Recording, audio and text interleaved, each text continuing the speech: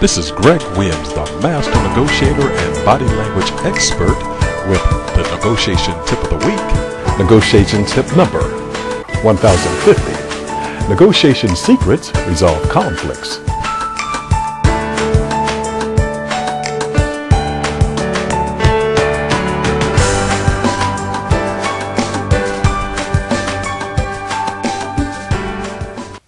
What skills do you employ when trying to resolve conflicts? The answer should be the same skills you use when negotiating. Conflict resolution is a subset of negotiation, and thus, the better you are at negotiating, the better you'll be at resolving conflicts. The information that follows gives insight into how you can enhance your negotiation and conflict resolution efforts. Number 1, listening. A. In any negotiation, when attempting to resolve conflicts, really understand the other person's perspective and assess the basis for the conflict. B. Consider the source of the other person's motivation that stimulates his beliefs, thoughts, and desires for the outcome he's striving to achieve. Seek to understand his perspective at an intellectual and emotional level. Ask open-ended questions, i.e., questions that require more than a yes or no response, to solicit insight as to why he holds such beliefs to be valid. C. Ascertain who and or what the source of his beliefs, thoughts, and desires are that's generating the outcome he seeks. If you determine that there's a vast conflict between the position you hold and his, cite sources from references that he believes to be credible in an attempt to sway his viewpoint. Number 2, patience. A. Prior to responding with a rebuttal, be sure you understand the gist of the other person's position. Let him talk. The more he talks, the greater the opportunity to glean additional insight and information about his mindset. B. Watch rhetoric, yours and the other individual. Words have meanings, and some words may convey thoughts that are different from the intent you meant. Be sure you use words that the other person understands and applies in the same manner as you intended for him to perceive. C. If you are slow to respond to questions, you give the impression that you're reflective. Answer a question too quickly, and you could give the impression that you're being flippant. Strike a balance between the two modes based on the situation at hand. Number 3, use of language. A.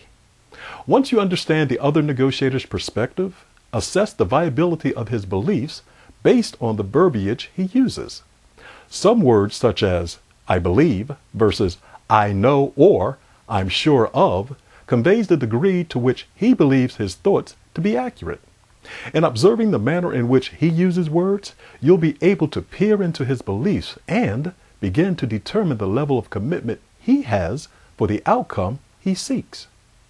B. If you cannot oblige the outcome the other person seeks, explain in language that he can understand, use words he uses, why you can't oblige him. C. Avoid using inflammatory language. An ill word cast at an inappropriate time will deflate the conversation and most likely create a more negative environment. 4.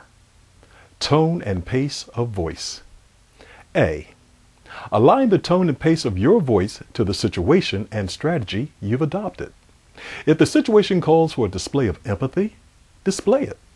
If, on the other hand, it's more appropriate to allow the timbre of your voice to convey a more steadfast position, display that demeanor. Unless it's part of your strategy, don't be backed into a position you can't or don't want to defend. B. Keep in mind, a good thought/plan delivered with the appropriate demeanor can soften rejection or enhance acceptance. C.